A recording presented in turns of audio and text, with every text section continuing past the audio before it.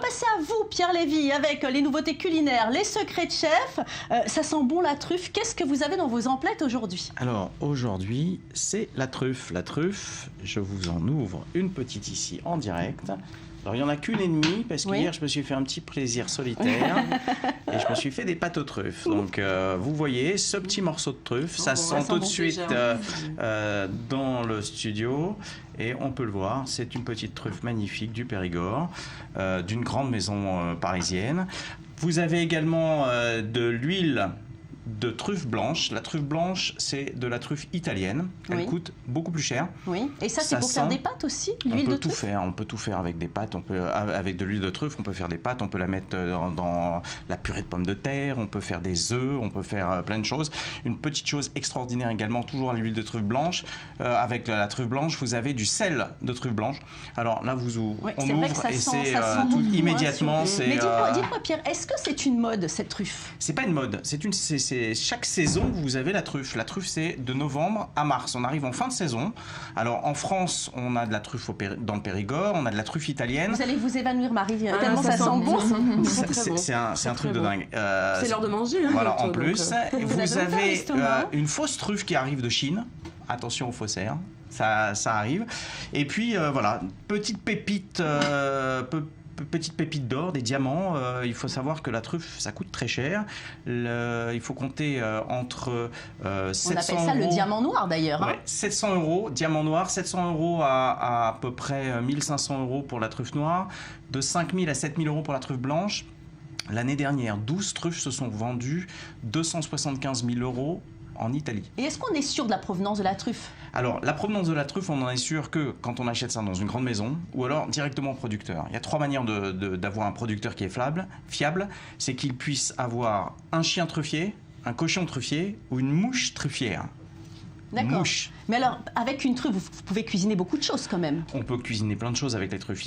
Il suffit de quelques petits morceaux de truffe, quelques essences, quelques petites gouttes d'huile de truffe, un petit peu de sel de truffe.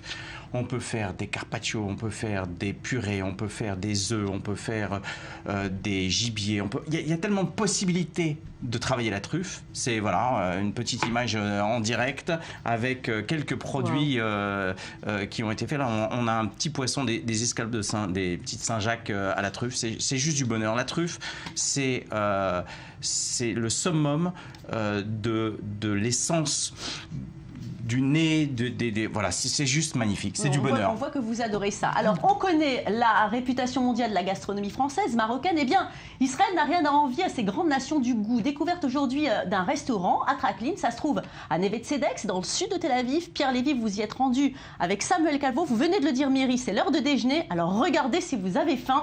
C'est pas terrible.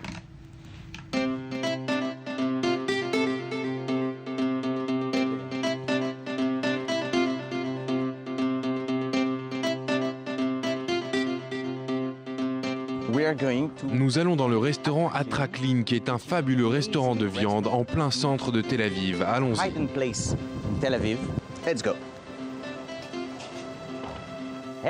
Bonjour, comment ça va? Je suis heureux de vous rencontrer. Allons-y.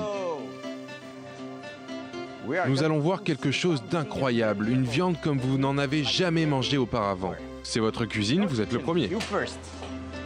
Montrez-nous comment vous préparez ce fameux plat.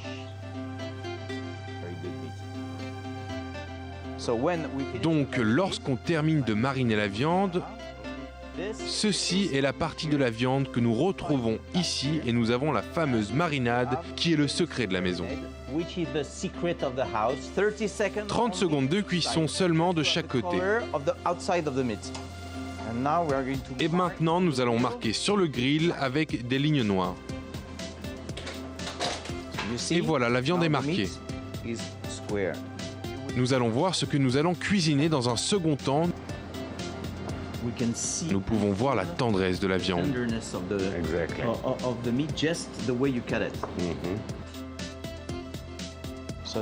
Ceci est de la moutarde à l'ancienne, on l'appelle comme ça en France, et ceci est de l'herbe. Avec une touche spéciale du chef. Et ici, on ajoute un peu de romarin.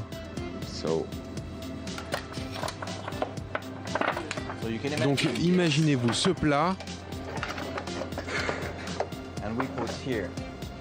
sur lequel on met une pierre. C'est extrêmement chaud.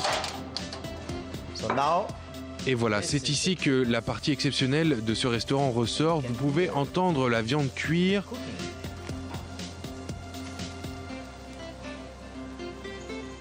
Oups. Et on y arrive. Quoi de mieux? C'est pas top ça, c'est pas le bonheur. Si ça, c'est pas du bonheur. Time. Kondaraba. Welcome.